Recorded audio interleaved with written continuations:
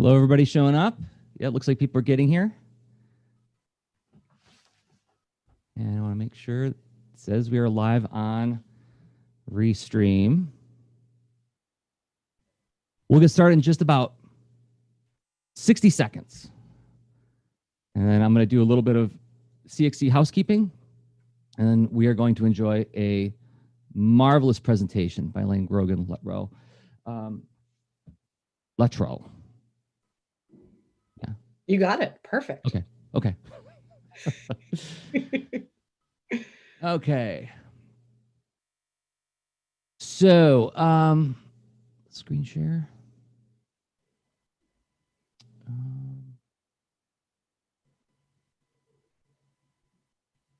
Hello, everybody. Welcome to CXC Day 2. My name is Jersey Drost. I am the Interim Executive Director of Cartoon Crossroads Columbus.org. Thanks so much for being a part of this. And I know after the presentation that Elaine did on the first day that this one is going to be amazing. So this is portfolio careers, which actually the moment I read it, I was like, oh, what a great way to frame up this idea of having other revenue streams. You have a portfolio of artwork, you have different samples of different things you can do. Your career can also have a portfolio. And I'm so excited to hear how Elaine's going to frame it up and describe it to us. But before we do that, we've got some housekeeping to dive into. So once again, welcome to CXC 2020. This is a presentation followed by Q&A. So there will be some space to answer some questions. I'm going to tell you how you can submit questions in a moment. You have been automatically muted by the host. That's me. And your video is off. This is so that you can participate via text. But, Elaine's got the floor in a moment. And we are recording this and we are streaming it live to various sources like YouTube, Facebook. If you are watching it live outside of the Zoom webinar, you can also chat. I can see it as it comes in, and I will add your questions to the mix. Now, how do you interact in the Zoom webinar? Well, if you can use the chat at the bottom to chat amongst yourselves and also ask questions in a very public way.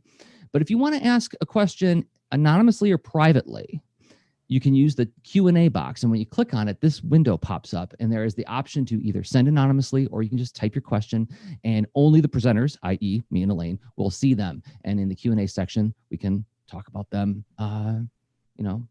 read from those questions. So please do. Any curiosities, any questions, thoughts, or wonderings. Wonderings don't have to be a question. Wonderings can be like, what about blah, blah, blah? And we can riff on that idea. You don't have to come up with the most ingenious, most elevated, most, mountain trembling, insightful question. It could be just something you're wondering about. And you can type those into the Q&A as well. And so with that, I will stop my screen sharing. And I'm going to hand it over to Elaine. Thank you for being here, Elaine. Everybody give her a warm welcome. Thank you so much for having me, Jersey, and hello to CXC. It is so nice to be with you for another day today. As Jersey said, we've got the Q&A open. I've got my chat window open. So if you want to send a message, I can see that and we can definitely respond to your questions as we're going through this information. As Jersey said, my name's Elaine. It is lovely to meet you. And I have the distinct privilege of getting to work with creative individuals and organizations all across the country, helping with the business side of creativity.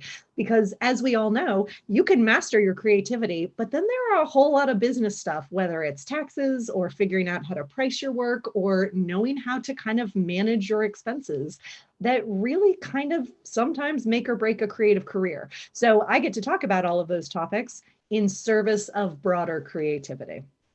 I wanted to acknowledge a couple of ground rules just at the beginning of our time together. We want to make sure we are sharing the floor with respect. That's why we've got the Q&A and the chat. So definitely participate, make your voice heard as you see fit.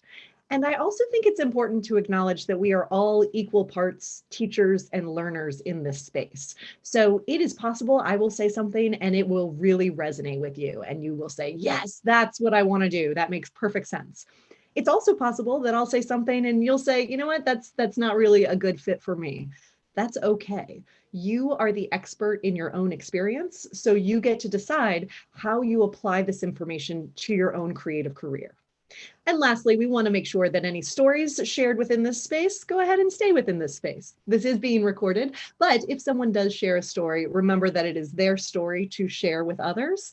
However, definitely take the lesson from that story and carry that lesson with you.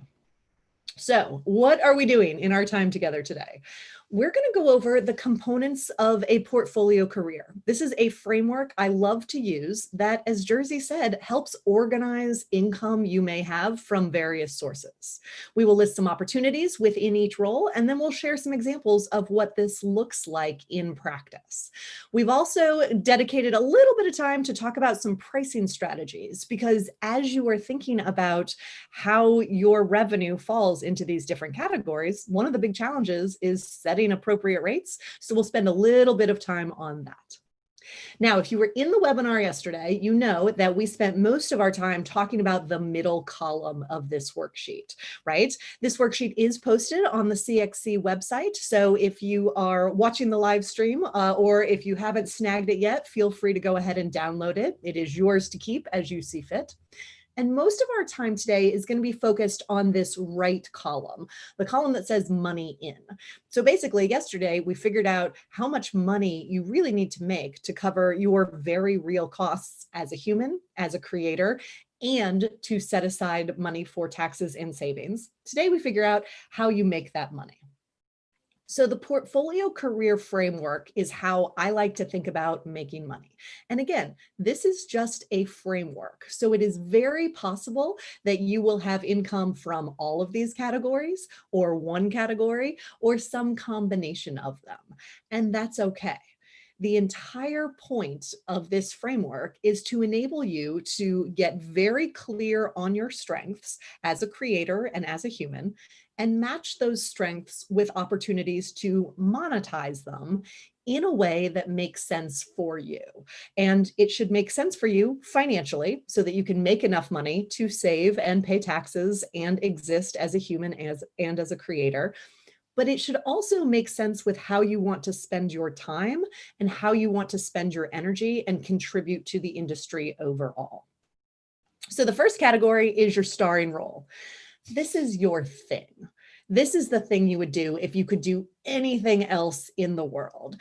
And this is the thing you want to make sure to protect kind of at all costs. We want to be really careful about compromising when it comes to our thing.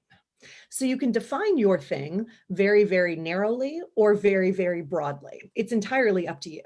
So maybe you say you are a writer, right? Or maybe you're an illustrator, right? That's a rather broad starring role, but that's perfectly fine.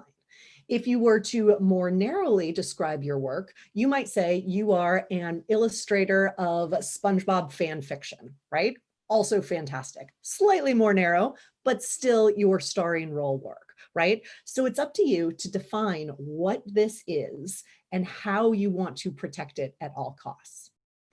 The biggest challenge here when it comes to your starring role is making sure you are setting appropriate rates for what it is you are doing. Because it's our starring role, it's the thing we love more than anything else, it's very easy to get pulled in directions where we're maybe not setting appropriate rates for our work or your time. And I have seen individuals who set rates that are way, way, way too high, and also rates that are way, way, way too low. So there's no magic rule about what all artists do. But you want to make sure the rates you are setting for your work or your time are appropriate to you, because it's easy to accidentally devalue this work based on a whole lot of very real circumstances in the world. So make sure within this category, you are saying yes to things on purpose with a clear understanding of what you're getting out of that work. The second category we call supporting cast role categories. Now, you may have noticed that there is a performing arts analogy running through this framework, and that's on purpose. If you have any experience in the performing arts, you know that often there is one person that gets a whole lot of the attention, right? That's the star, the starring role. But there are also other things, often other individuals on stage, that make the star better. They make them shine brighter, they make their performance more effective, right? In the context of your portfolio career, Supporting cast roles are jobs you take that support your starring role in some way. It makes it better. For many individuals, especially in the arts, teaching counts as a supporting cast role, right? It helps establish you as an expert in your field. As you figure out how to master teaching something, that deepens your understanding of it and enables you to do it better in a more competent way.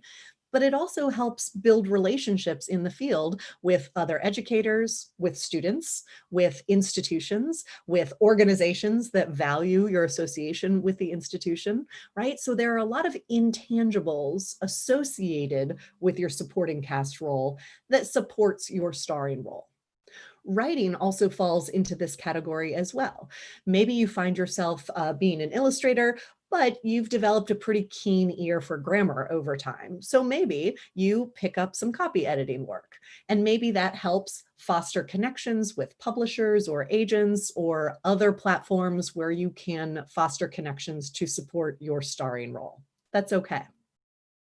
We've also seen, especially in illustration careers, it's possible that you have your starring role work that is illustration related that you really love doing. And then you might have other illustration work that's maybe not exactly what you want to be doing, but you have the technical skills and the expertise to be able to do it very, very well. Maybe you are a graphic novelist and you have a very clear niche that you like to occupy. But maybe you are also very capable of doing medical illustrations. So maybe you pick up freelance medical or textbook illustration work, and that's a supporting cast role for you. You're making use of your same skills, your technique, your expertise, and it's giving you something intangible to support your starring role, in addition to paying you, by the way. But it's also giving you maybe practice with a particular technique, maybe ongoing familiarity with anatomy that can be very helpful as you pursue your illustrations, right? There are other intangibles associated with your supporting cast role work that makes your starring work better. The big challenge when it comes to supporting cast role work, though, is to balance the money you're making from this category against the time you're spending in this category. Many of you, especially if you've got a couple of years under your belt, you may have realized that the opportunities that exist sometimes keep coming and keep coming and keep coming, but they're not exactly what you want to be doing. So you may find yourself spending a whole lot of your time pursuing supporting cast role work, or maybe just saying yes to it if it continues to kind of fall into your lap because you keep doing it well, right? And you might find yourself with no time left to devote to your starring role, right? We want to make sure we're paying close attention to how you're spending your time, especially in this category, because it's really easy to keep saying yes to projects that keep paying the bills. But if your starring role is your thing, we want to make sure you are preserving enough time within your schedule to pursue that really effectively. And by the way, that probably means some marketing and some networking and some administrative work related to your starring role as well. So maybe that means you have a clear idea of what you need to get out of supporting cast role works. Maybe financially is a good way to define that. And then you say yes to enough things to get you to that point. But then you say no, or not yet, or I can do that in 6 more weeks once you've reached that threshold so that you're still protecting your time a little bit. And this is insanely hard to do, right? Especially during a year when there has been economic uncertainty like there's been in this year. So I'm not saying this is easy at all, but as you start paying attention and having a really clear idea of what you need or want to get out of this category, it makes it a little easier to set some healthy boundaries so that you're still protecting your starring role. The third category is one of my favorites. This is your production assistance work, right? If you've ever been to a live performance back when we had those, you know that a whole lot of things happen behind the scenes, right? There are costumes and sets and stage management and house management and directors and producers and this whole world going on that the audience doesn't even see. But it's vital for the show to continue. In the context of your portfolio career, that's what this production assistance work is. This is the work that is temporary, repeatable, and stable, and you can go back to it when and if you need it to stay in the game. It often has nothing to do with your starring role. All it does is provide financial support to your overall revenue model, and maybe it provides something else that's not at all related to your creativity. Maybe you find yourself picking up administrative work for a certain number of hours a week where you are answering phones and sitting at a desk and doing filing work, right? And you're doing that because having this type of position enables you to have access to health benefits that you might not be able to receive otherwise, or access to more affordable health benefits than you might be able to get from the exchange, depending on what state you live in, right? Or maybe having some kind of stable, predictable work in your schedule enables you to kind of anchor your time in a predictable way. And for some individuals, having that predictable moment in their schedule actually makes their studio time more efficient. So maybe for you, you pick up some production assistance work so that you can have that stability in your schedule because it's good for you overall and it's good for you as a creator, right? The trick when it comes to your production assistance work is for you to know what you are getting out of this experience, right? Because it is really, really easy to fall down a spiral where we think about all the reasons why the arts industry is broken and why production assistance work should even be necessary, right? And those are conversations we can and should be having. But don't let that lens cloud what you are getting out of this experience. Because if you know why you're taking on a particular job or a particular role, it's easier for you to reconcile that with your overall income pick. And that's okay. As long as you are pursuing work and accepting it on purpose, right? Then you still retain control. So, key things to pay attention to as we're thinking about this framework are, what are you earning from each of these categories? How much time are you spending in each of these categories? And what is your goal? For some individuals, the goal is to make all of their money from starring role work and spend all of their time in starring role work. And that's okay. But for many other individuals I work with, they enjoy having a mix of different things, especially starring role and supporting cast role work, because it kind of stretches your brain in different directions and it provides some ongoing creative stimulation. So understand where you are, what your ideal is, and then what do you do with that information? You use it to start making intentional choices about what you say yes to and what things you pursue, or what steps you can take to grow the income from your starring role work, for example. You do have the capability to make these choices and make the numbers work. And sometimes it feels like it should be easier, but this is something that you are fully capable of doing. There's a question in the Q&A that says, what's a job example of production assistant work? Great question. I have heard so many different examples. This is actually my favorite category to share examples for. Service industry jobs. So, bartending, waiting tables, those kind of things certainly fall in this category. I worked with an actor in New York once who kept working at Chipotle because he swore it was the best character study work he had ever done. And it was a really easy job for him to pick up between productions. He was a theater actor and doing pretty well, but he still kind of needed the cash flow from picking up some hours at Chipotle here and there. So those are good examples. I would also say, if you're working maybe in a law firm or an accounting firm in some sort of temp role, that could fall into this category. Babysitting and dog walking falls into this category. I've worked with individuals who worked construction or landscape work, particularly during certain months, or cleaning houses. I had one illustrator once who was a third shift security guard as a production assistant job, right? So there are lots and lots and lots of different examples that could fall into this. And I imagine many of you have pretty great stories of production assistance jobs you've had over time. So thinking about which of these you could tap into or you could go back to if you needed something from them at a particular moment in time would be really helpful. There's another point in the chat that I think is a really good one from Jersey. Jersey mentions it sounds like doing some journaling or capturing of experiences can really help here. Absolutely. That is very, very true. There's a little worksheet you can screen grab at the end that'll be sort of a brainstorming jumping off point.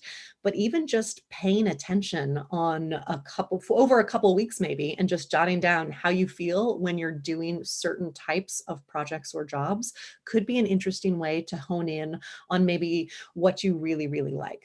Or as you start thinking about it, you might be totally clear on what you like and what you don't like doing. So one of the questions that comes up is, again, how do you balance diversifying your income with being pulled in too many directions? And I want to hit this point again because it really is a struggle that many creative individuals face. My advice is to pay really close attention to the time and money trade-off, right? In a perfect world, you might make a lot of money from supporting cash roll jobs without spending a lot of time in them.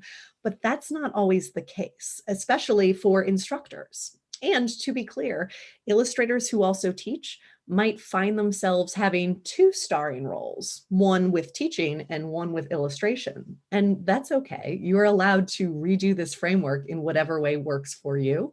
But you do want to make sure you're setting healthy boundaries when it comes to your time around other things you're doing, because it's really easy to pour your whole heart into something, but that means you're not pouring your whole heart into something else. Because after all, every yes is a no to something else, whether it is sleep or self-care or creative work. So just keep those things in mind as you go through. Someone shared in the chat, Mandy said they struggle with guilt around having a stable production assistance job they hated for years, but there's no shame in it. And I love that point. Mandy, thank you for sharing that, because there absolutely is no shame in that at all. The trick is to understand exactly what you're getting out of it. And if you're getting out of it the freedom to pursue your work in whatever way you want to pursue it without having to compromise your starring role work, that's pretty powerful. In fact, that comment made me think about another example of production assistance work that often comes up. Real estate comes up as a really interesting production assistance work here and there. We see this a lot in major metropolitan areas. So I worked with a lot of writers in New York, and a lot of writers sort of moonlight as real estate agents or brokers, right? Because again, it's flexible. They can pick up the hours when things are going slow. And, it's not a terrible source of income, right? Also, if you are someone who maybe has won a large award, or you have been able to accumulate some amount of income or savings over time, a whole lot of people will try to purchase real estate and then rent it out. And that provides some ongoing rental income that's not at all related to your creativity, but it kind of helps you pay the bills while you're pursuing starring role work. And that is perfectly fine. So within these categories, especially within starring role and supporting cast role work, when you can control it, how can you make sure you're setting appropriate rates for your work or your time? When I think about pricing strategies, which is essentially what we're talking about here, I like to think of them as having 4 different components that inform the price. And there is not a magical answer to, how much of each component influences the price. But I think it's really important to understand that all 4 of these things affect the price for your work or your time to a certain degree. So let's start with costs. If you were in the workshop yesterday, we spent a whole lot of time on costs. Why? Because they help inform your pricing strategy. They don't capture any value, right? But they essentially make sure that you are covering all of your costs so that your business is not losing money, or so that you as a human are not losing money while you're also saving and paying your taxes. So starting with costs is really, really important, right? You need to be informed about your costs. And if you Google, how should I price my work? You'll get some sort of formula that probably looks something like this. This example is figuring out the hourly rate for your work, but you could also use this example with a different denominator. So you could take your costs not divided by billable hours, but divided by, say, works you hope to sell. And then you would get an average price per work, right? But for purposes of this example, we're looking at our costs and we're looking at our time, and we're using those things to figure out our hourly rate. So you would start by brainstorming all of your costs. You probably have more costs than you think, so spend some time making sure this number is right. And then we think about how many hours a client would reasonably pay you for. And this differs based on the type of project you're doing. Some clients very happily pay for research time. If your work has a graphic design bend to it or a graphic design feel, there's probably research time baked into most of your contracts, right? But if it's not, your research time might be your own time. That doesn't mean you still won't get paid for it. It just means you wouldn't count those hours in this formula, because we want to make sure the hourly rate is capturing those hours. If you spend time teaching or pursuing residencies or working another job or caring for family members or anything else you might do as a human, that affects your billable hours as well. And this is another moment where journaling or tracking your time can be really helpful in helping you identify how many hours a client will reasonably pay you for during a week or during a month, depending on what time frame you want to look at. So in this example, this person has $5,000 of costs per month. They're planning on supporting themselves entirely from their creative work, which is why personal costs are in here as well. And then they have studio costs, taxes, and saving. So that gets them to $5,000 a month. They are estimating that their billable hours will be 25 hours a week or 48 weeks per year. So that's 1,200 hours per year. So if we add that information into our formula, we take $5,000 times 12 months, because there are 12 months in a year, divided by 1,200 hours per year. And that gives us an hourly rate of $50, right? That is just a starting point for how you might use this formula to set a rate for your work or your time. It's a starting point because there are a whole lot of problems if you're only using a formula. The biggest problem is probably that it only works if your assumptions are right. If you end up working fewer hours for any number of valid reasons, or if your costs are higher, right, all of a sudden your formula is broken and it's very hard to change your hourly rate once you've already committed to it for a client, right? It's not impossible to change your hourly rate, right, or to change your rates overall. But generally, existing clients like a little bit of a heads up, and we often tie rate changes to seasonal changes or the start of a new year, right? Because there's a very natural rhythm there to when we can communicate as individuals are planning that the rates will be higher going forward, right? The other issue with using a formula is that it completely ignores everything else that is going on around you. It doesn't acknowledge who your customers are, what they're willing and able to pay, or what your competitors are charging. So if you are someone that is able to have remarkably low costs, right? Essentially, using this formula guarantees that you pass those cost savings onto your customers. And that might be very nice, but what if you have very low costs because of your own skills and expertise? Shouldn't you have the reward for that rather than passing that on to your customers? That's something to think about. This formula is built and driven by cost, right? And I would argue that that's maybe not the best driver of setting your rates.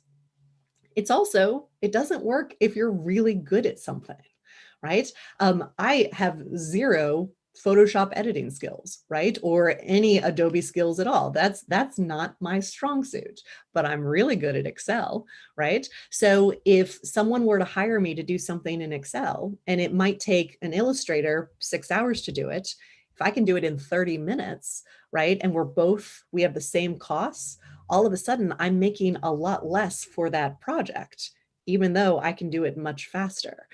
I should be the one benefiting from all those years of building up Excel skills. And you should be the one benefiting from all the investment you've made in becoming really good at your creativity. Having an hourly rate also opens you up to some silly arguments with clients. Things like, why did that take you so long to do, for example, right? When the clients really don't have a whole lot of insight into the process that goes into something. So my advice would be, go through this process, get a sense of what your costs are, and maybe shake out a formula just so that you can be informed. But this should not be the main driver of something. You also need to think about your customers. Who do you serve? What do they value about what you provide? And what are they willing and able to pay?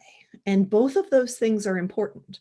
Your customers have to be both willing to pay for something and able to pay for something, right? So this actually ties into a question that Kevin put in the chat. Kevin shares, can someone monetize working for free? For example, you create a webcomic without having income, you perform volunteer illustrations, you do unpaid writing book reviews, or does working for free end up hurting you? I think this is interesting because no, I don't think working for free hurts you. I think there is a moment where it can be bad for the industry, right? You think about a site like Fiverr, which could be a great source for supporting pastoral work if it makes sense for you, but it also enables someone who might be less willing to pay a true rate for something to pay less. So is that bad overall? Well, maybe, right? Many of our photographer friends would argue that it's been real challenging with everybody becoming a photographer lately, right? And that's a valid conversation to have. But if you hone in on who your customers are and you identify the ones that are both willing and able to pay for your work, that means they're valuing what you're doing and they have the ability to pay for it. And maybe they're valuing your technical expertise. Maybe they're valuing the personal connection you have with them. Maybe they're valuing the characters you create, right? There could be any number of things they're valuing, and finding them and connecting with them is a good strategy in general. But sometimes those we want to serve are not able to serve. Or are not able to pay for what we provide. Now, that doesn't mean we shouldn't provide things for them. It just means we might need to find a different indirect customer. So this is where identifying grants or ways of subsidizing your work, or maybe drawing on some of those supporting cast roles to subsidize your work that you're doing for free or on a pro bono basis or at less than market value can make sense, right? And that's an okay approach as long as you're kind of paying attention to it. It's also worth pointing out that sometimes if you're doing work for free or at below market value, it's okay to get something intangible out of it as well. Maybe, Kevin, you've been asked to donate work to a local humane society for them to auction off in support of their pets or something like that, right? Maybe they're doing a fundraiser to raise money to buy dog food for the puppies and kittens that they're trying to find homes for. And maybe you love the Humane Society, and so you want to support them. So you say, yeah, I will certainly contribute a piece to your auction, which would be very nice of you, right? Now, there's no immediate way to monetize that, right? Because you are giving them something, you get a tax write-off for the cost, not the fair value, by the way, and then they auction it off. But what if you say, could I attend the event and maybe chit chat with some of the donors who are there, or the board members, or other individuals that I might be able to connect with and then grow my potential customer base from? That could be one option. And maybe you ask for at least 2 tickets so you can bring someone with you and someone can take some images of you and you can have some marketing collateral to use, right? That could be an option. But then you could go one step further and say, could I please have a list of everyone who bids on my work? That way, you could reach out to them afterwards and say something like, thank you so much for bidding on the illustration of the adorable puppy I did. I'm sorry you didn't win. Would you like to see some of my other work or do a studio visit or something like that, right? So you can use your creativity to think about stretching these experiences into the next thing, right? And getting as much sort of traction from each experience as possible. And that all comes down to identifying who you serve and what they are willing and able to pay, and then figuring out if you need additional indirect customers or some other strategy to kind of make it work. Competitors are the third category, right? So it's important that you have an understanding of who else is doing what you're doing and what the financial landscape for those individuals look like.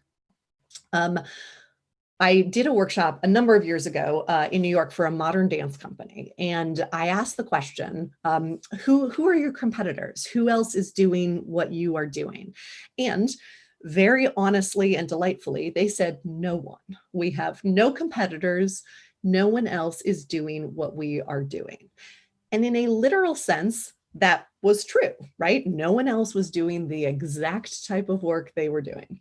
But that didn't mean they didn't have any competitors. So I asked the question differently. I said, okay, it's 8 o'clock on a Friday night and I could come see your show. What could I go do instead? And we started brainstorming. I could go see a different dance company perform. Maybe I love dance and I could see modern dance or I could see something classical, right? As someone who loves dance, that might be a viable trade-off. Or I could go see any other live artistic experience. I could go to the theater, I could go to a jazz club, I could go to the symphony, right? There are other live artistic experiences I could have had at 8 o'clock on a Friday night. Or I could have gone to a baseball game. Maybe I just like being around people who enjoy something that I enjoy. I value the community of the gathering. So I could go to a live event that was not necessarily arts related. Or I could stay home and watch Netflix because it may have been a rough week. My childcare options may have fallen through. It could be raining. It might be too challenging to get to the theater. There are any number of reasons why I might view Netflix as a viable alternative to a modern dance performance on a Friday night, right? Now, that's a tough sentence to say out loud and to hear, especially if you are the modern dance director. But it's important to understand that there are different customers who value different things about what you provide. And those customers perceive your competitors differently than you may perceive your competitors. So if we were to adapt this to a comics or graphic design and illustration narrative, right, we would think about an illustrator, maybe falling in that core center, and maybe you're competing against any other illustrators. Maybe they have different styles than you or different genres than you, or maybe they reach a slightly different audience or tackle a different subject matter in what they do. And then we might look at all other 2D illustrators, right? Or 2D artists. So if I were to hang a piece of yours on my wall, I could also hang a photograph or a painting or something else, some sort of mixed media piece, right? Or we expand even further to lots of freely available content online, right? That I could dip into via YouTube or Instagram or any of these other options. So as you continue to expand the circles out, it becomes abundantly clear that your competitors might not be who you think they are, but it's important to understand who your customers perceive as your competitors so that you can help distinguish yourself from them. So that for the person that would rather watch Netflix than go to see a modern dance performance, you can say, you know what? I bet you didn't realize how amazingly cool some of the storylines are in this performance. Could I tell you more about that? Or something like that, right? So you can continue to have conversations with customers and highlight what they value about what you do. The fourth, so as we're thinking about your competition, competition is a really good thing. I see this especially in the illustration community. The support that illustrators provide each other through online forums and feedback for work and recommending each other for different projects is huge. And this active participation in the community is actually a really, really good thing for the industry overall. And it helps you get a lot of insights into what others are charging for their work, how they're charging for their work. Are they using an hourly rate, or are they measuring linear inches, or doing some other approach? And they're a great resource to have these candid conversations about the value we're providing. So embrace your competitors and make sure you're clear on how you are both similar and different from them. And that's a good thing. The fourth component are your competencies. What are the things that make you the most special, capable person of doing what you are doing? Your competencies are the unique skills, experiences, and perspectives that you bring to your craft. They can be professional, they can be personal. Maybe you always show up on time, or you always deliver work on time, right? Those are personal strengths. Maybe you have technical strengths. Maybe you are particularly good at a technical aspect of your craft. And that's something that really adds a lot of value. Maybe you have a unique perspective based on your life experiences, based on your point of view, based on who you are or where you live. Or maybe you've had unique experiences that find their way into your creativity that really, really add value to your work and what you do. And probably you have a few of all of these. This is a yes and all of the above kind of situation. So as you start drafting these and figuring out what they are and really honing in on what your competencies are, this becomes a list of how you are really adding value to your work. And really, that's what we're talking about. As we're talking about setting your prices, which are informed by your costs, what your customers are willing and able to pay, what your competitors are charging, and also what your unique strengths, skills, and competencies are. What we're really talking about is capturing the value of your work, right? We express that in terms of prices often, but what we're really doing is capturing the value of your work. And the value of your work is way more than the costs of your materials or the cost of your equipment or the cost of your supplies. It's so much more than that. And by considering these other factors, it's easier to hone in on what that value is, to place it in context, and to be able to explain it to someone when they say something like, oh, I was also talking to so-and-so and they quoted me a much lower price than you did. You can certainly then respond to why your price is different. I suspect as you go through these conversations, you'll also find some phrases or verbiage that can serve you well. So saying something like, normally I would charge $800 for something like this. Does that work within your budget? That draws upon a price anchoring strategy where you can set the expectation of what is normal for something like what they're describing, and then you can open up the conversation for negotiation if that does or doesn't fit within their budget. You can also make use of a range pricing strategy where you say something like, the commission you're describing would normally cost between $500 and $1,200. Where do you see yourself falling within that range? And then you can adjust accordingly. You can also think about having different things at different price points, which is something illustrators and graphic designers and graphic novelists do really, really well. The idea of having an original work and some prints and some stickers and maybe a digital download, right? There are a lot of different components of things you can monetize so that you can make your work available at different price points to different customers.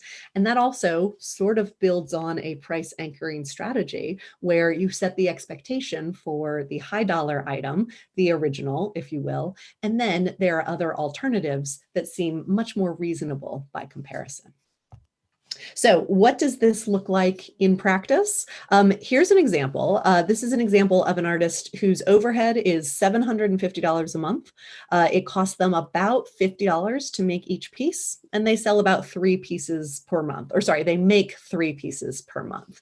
So if we were to start with the cost component, we would take 3 pieces a month times 12 months. That's 36 pieces a year.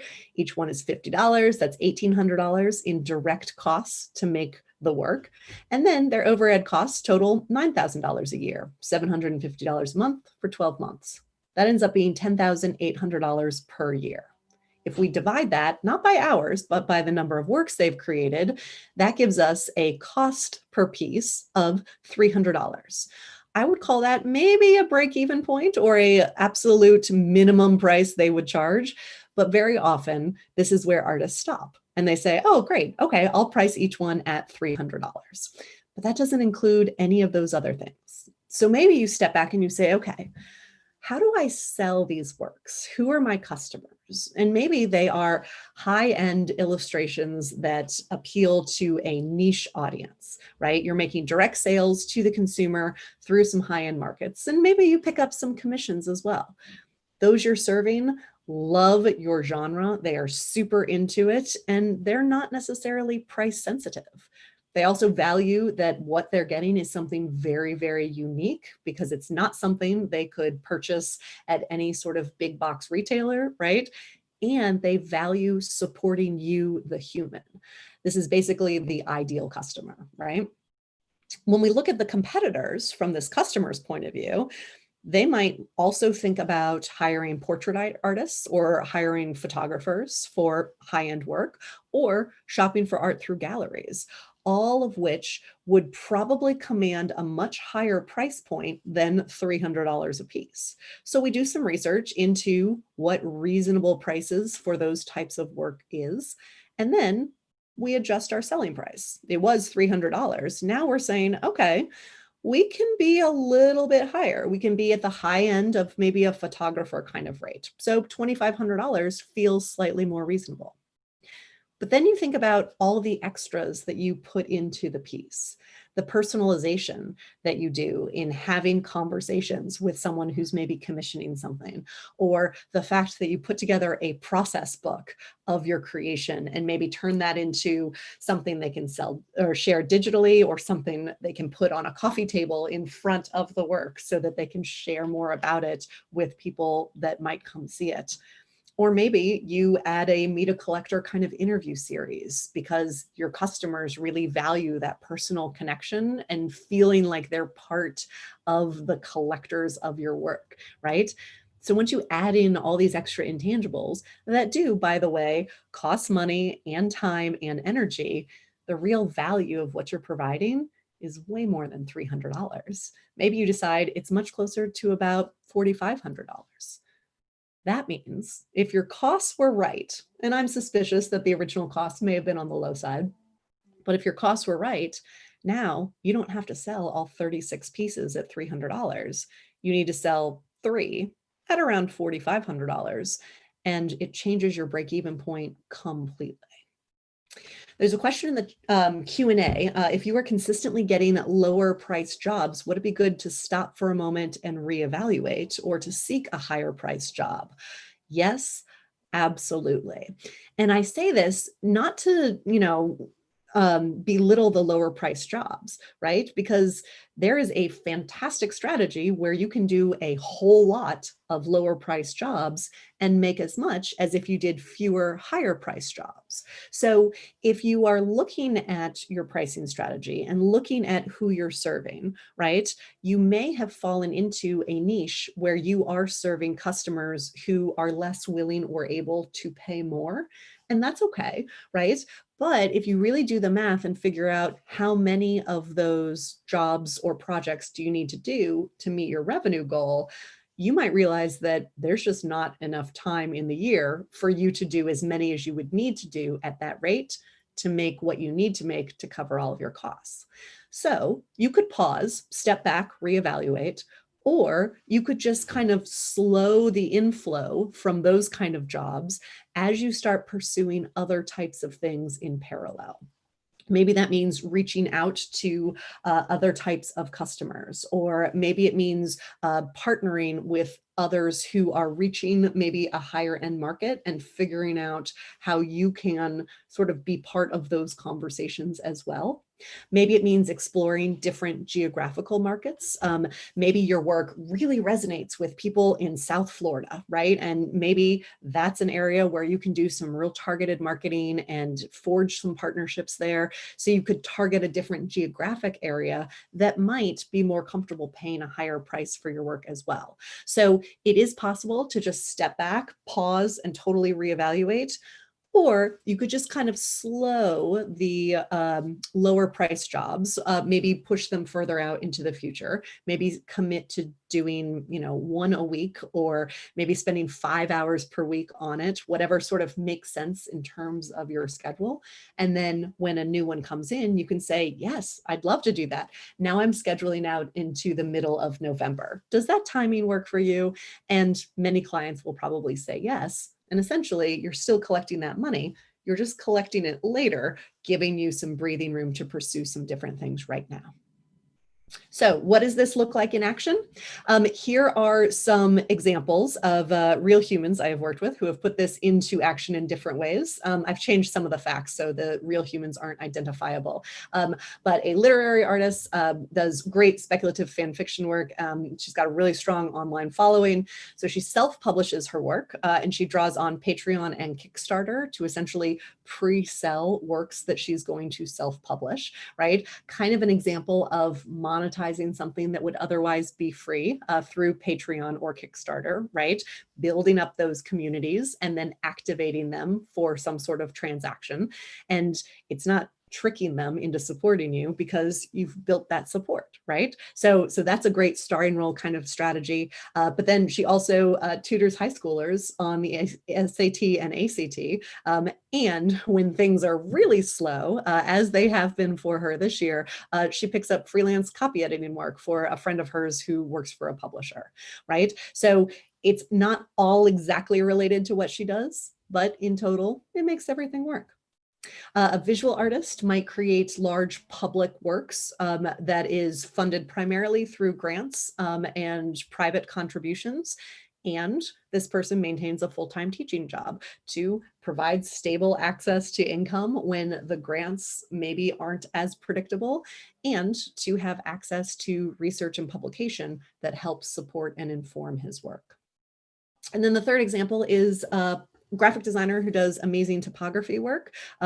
They generally get commissions through Instagram and by sort of very clearly targeted things they're putting on Instagram. They're really, really effective at using this channel.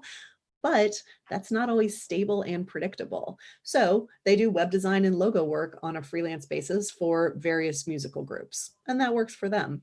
They also pick up retail jobs when they really need to, but they haven't had to do that for a number of years. Okay, there's a question in the chat. Kevin shares that the pricing example seemed unrealistic because $4,500 for a commissioned piece didn't feel like it was relevant. And that's okay. The example wasn't meant to tell you to start charging $4,500 for your work, but rather to illustrate how the starting price calculated just in costs isn't necessarily reflective of what the real value of something could be. So maybe the real value, if you're going through this exercise and thinking about the competencies and the competitors and the customer's perspective, maybe you reach a conclusion that's closer to, say, $800 or $1,200, right? You're still coming out way ahead by capturing the value of what you're providing rather than letting costs drive it. So that's a great clarification, Kevin. This is the screen grab moment of the day. This is a worksheet that I sometimes hand out that looks like sort of a brainstorming jumping off point. So as you start thinking about how you're spending your time, how you're earning your money, you can start thinking about the types of work you might have that fall into these different categories. And you can compare what your ideal looks like and what your current reality looks like. And again, you might be someone who says, you know what, my ideal scenario is starring role work and production assistance work.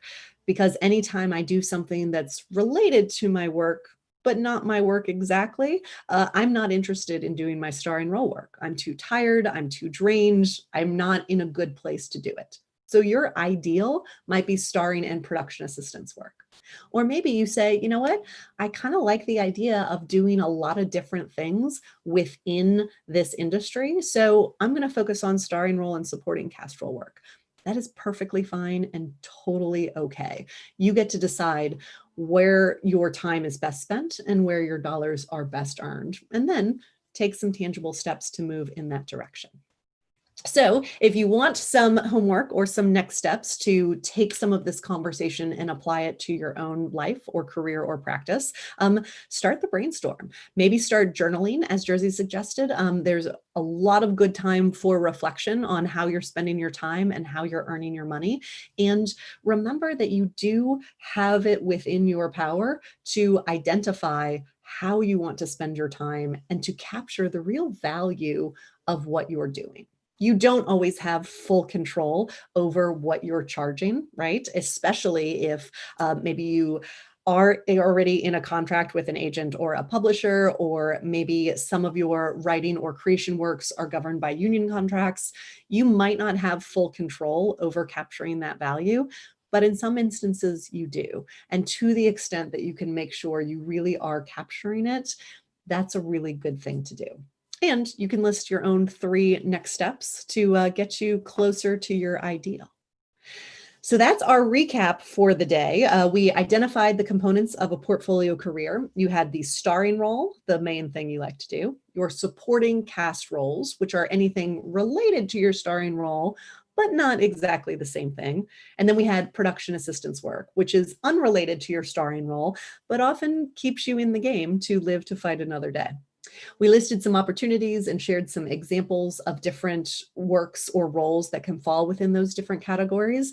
And then we spent some time going through a more holistic pricing strategy so that you can think about capturing the real value of what you do rather than letting your costs or what other people are charging dictate what you charge as well. We do have a couple of moments left for questions. I think I saw another one.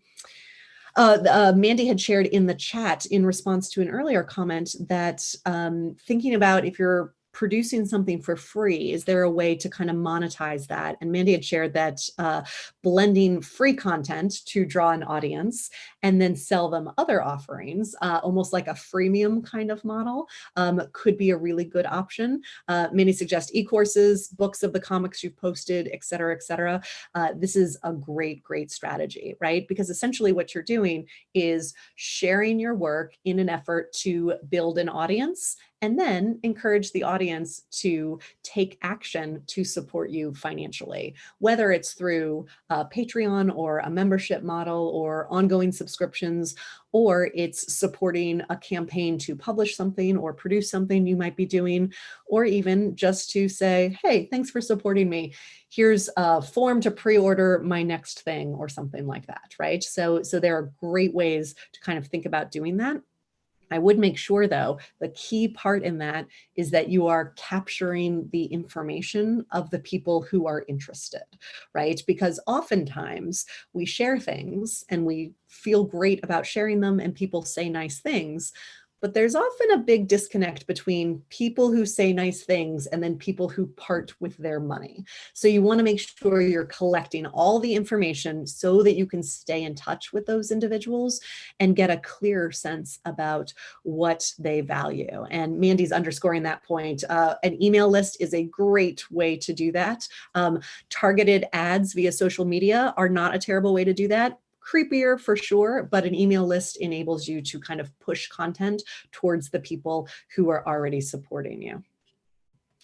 What other questions do we have? We have about a minute and a half left.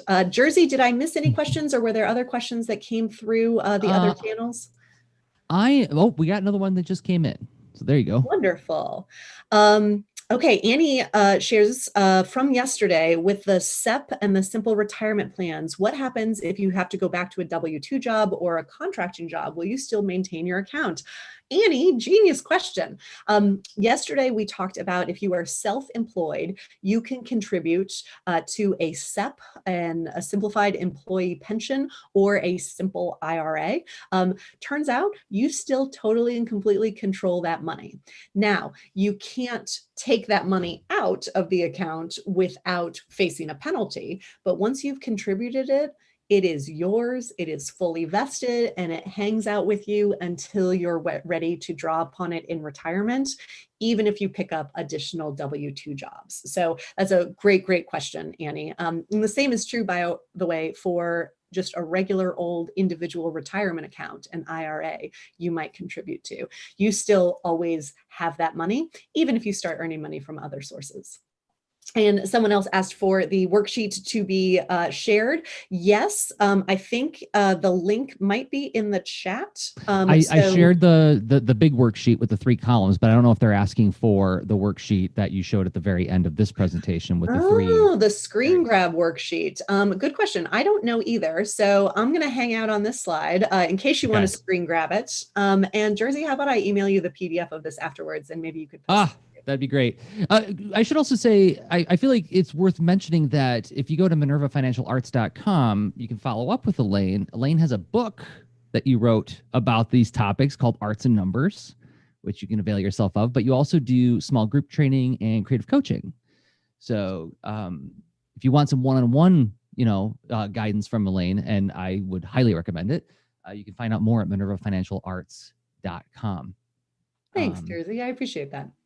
Well, I mean, thank you for, showing up here and just giving us 2 really dynamite presentations. The one thing, if I could just take one more minute to clarify, because when you talk about journaling, I feel like that's something that is a fairly abstract topic to artists, because a lot of what we do when we're developing our skills becomes an intuition, right? And when there's an old TV show called Home Movies with H. John Benjamin, and a kid goes to this awesome guitarist. He's like, "How do you play guitar?" He's like this. He goes, does all this finger tapping, and there's a truth to that, right? Because that is how you do it. But what they're really asking is, what are all the steps I need to go through in order to be able to achieve that mastery? And not everybody is awesome at unpacking that, because you're just so in the moment doing it. So when we talk about journaling, I'm wondering if you could just kind of give a broad sense of what kinds of things am I capturing when I'm journaling? Yeah. Oh, what a great question. So I will say periodically, we do have a monthly newsletter, and sometimes it will include journal prompts that kind of tie into whatever topic we're talking about. I think the last one that had that may have been September or August. This month, we're talking about investments and the market, and no one wants to journal about that. But I would say I like the idea of thinking about sort of specific things you want to pay attention to. So if you were to start journaling around kind of your time and your money, a question that I might pose is maybe once a week, say, what was the best I felt when I was doing work this week? And then journal about what that felt like or looked like. And then as you kind of dig into that a little bit more, you can say, okay, was that starring role work, or was that supporting cast role work? And maybe it was supporting cast role work because you were working with these amazing humans, or there were really great elements about it, right? So that's kind of where I would start. The second question might be, this year or this month, I was proudest about ... And then thinking about what project you earned money from, or what money you earned that you were most proud of. Was it someone who had been following you on Instagram for 3 years and finally made a purchase? Or was it a client you'd been going back and forth with for, months and months and months, and they finally did something? What were you kind of most proud of in terms of earning your money? And then maybe dig into that a little bit. So those might be 2 prompts I might suggest to get you started. I think that's great. And if I could, to the artists watching, I've been journaling actually for 8 years. Oh, where did my screen go? Can you see me? You're a little frozen, and it looks like there's a ghost website there too. Yeah. It was trying to share your screen. Well, my OBS just decided that it wants to conk out. So I guess what, but you could get like just graph composition books. I carry one with me all the time to capture those ideas. So Totally. Austin Kleon's newsletter and work, Steal Like an Artist, is also a great starting journaling practice resource. Super cool. Elaine, thank you so much for spending so much time with us and for all of the great insights that you brought to CXC 2020. If everybody could give Elaine a round of applause, that would be, I think she deserves it. And thanks to everybody who's participating in CXC 2020. There is more stuff coming up in, about a half hour. So keep checking in on the feed and we'll see you in the Discord. Thanks, Elaine. My